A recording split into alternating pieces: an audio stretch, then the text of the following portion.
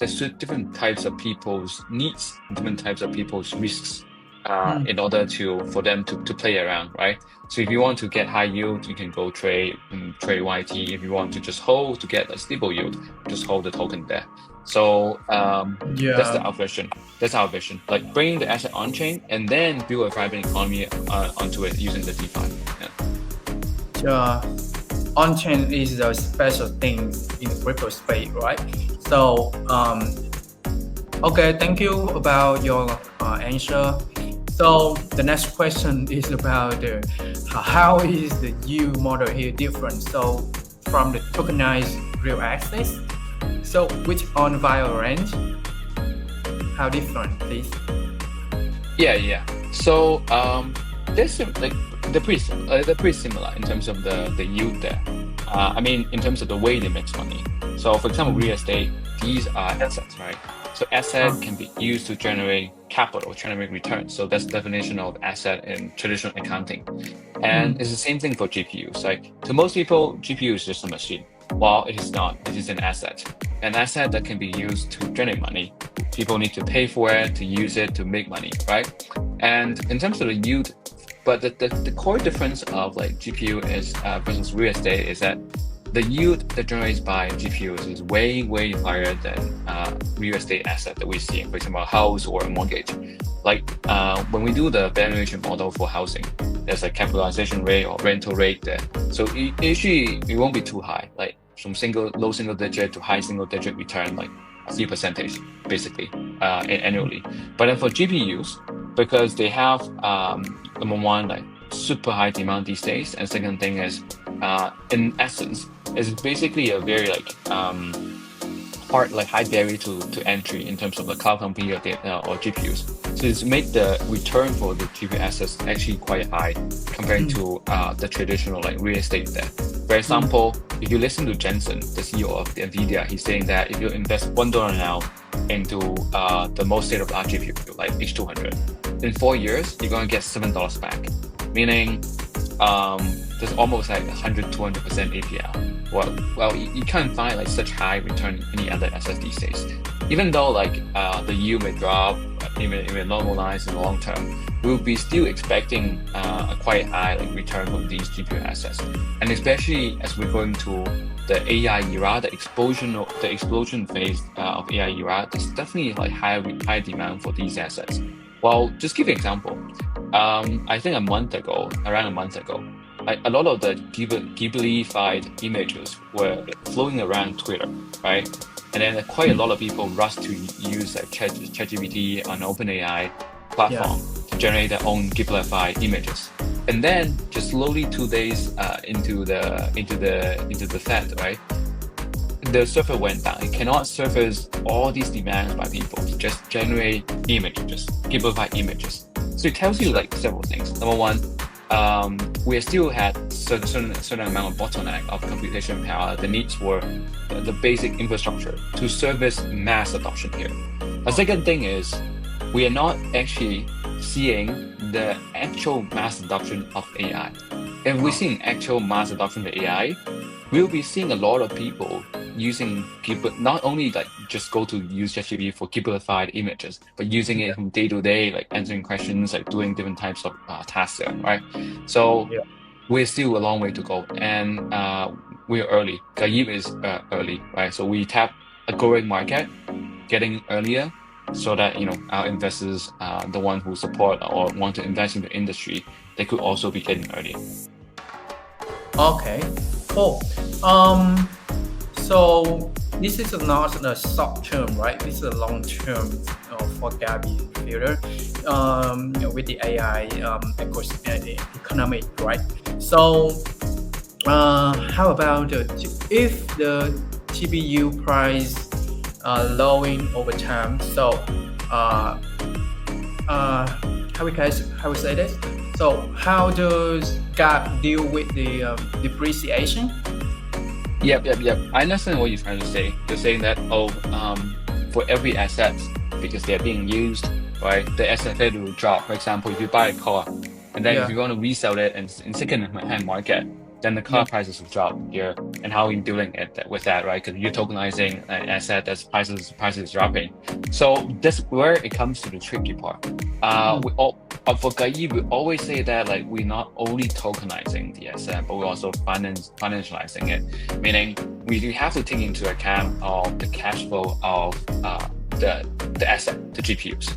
So for example, like the deals that we have with these GPUs is essentially like we have to know like how much they make every year, and also like what is the cost and depreciation in order to give it a fair value for these assets when we tokenize it. So even there's like a depreciation to the asset, we don't worry because we have already factored that into the tokenization process here. So essentially, essentially it is being packaged and being calculated in the price reflected by the price of the tokenized assets on chain. So that is not like a big issue here.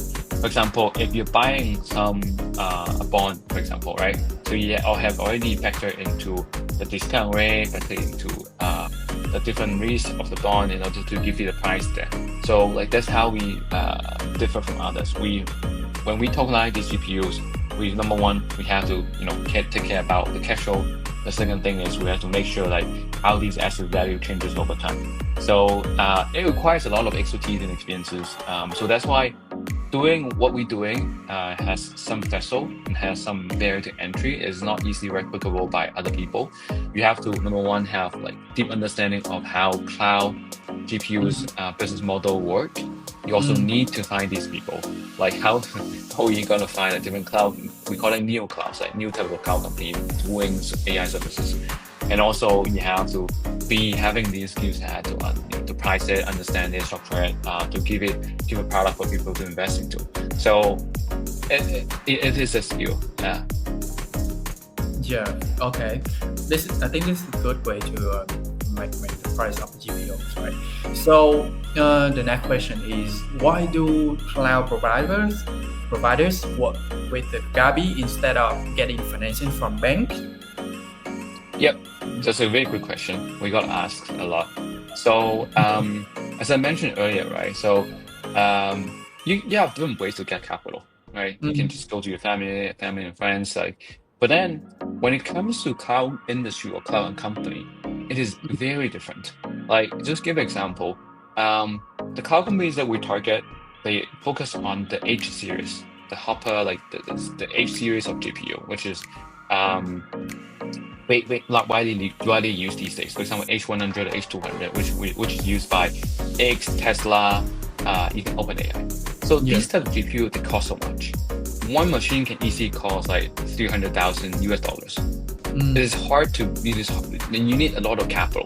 Imagine like a small to middle-sized cloud company requires 1,000 cards, which equates to around $30 to $40 million. It is a big deal. If you go to a bank and the bank was like, what is this? What is GPU? Right? What is the asset? They don't. Number one, they might not even understand. If they do understand, do they have the expertise to understand, how depreciation works, how do they reprice it, how much these GPUs make? They don't have the first-hand information. So and also if they are so brave, they're so like open-minded to these new types of assets, sometimes it is also hard for them to do the whole procedure. It may take a few months before the money and capital can give to this cloud company. When it comes to scaling up your operation, like the timing wise is very important. You have to grab that like first mover advantage, whether in your own domestic coverage or regional coverage there. So you need faster channel to get capital. And because we have the understanding, we have the expertise in cloud operations, right? My co-founder runs a cloud company. We have the first-hand information of how the GPU prices changes, how the price of the GPU cost changes. So we know how to price this. So it is easier and faster for us to work with them. And the second thing is, because we are working with so many cloud companies, we can set a standard. It is easier for this cloud company to come to us, follow our standard procedure, then the people, the investors can also be more comfortable because they know what risk control we have, which policy we have, how do we evaluate. It's all standardized process here.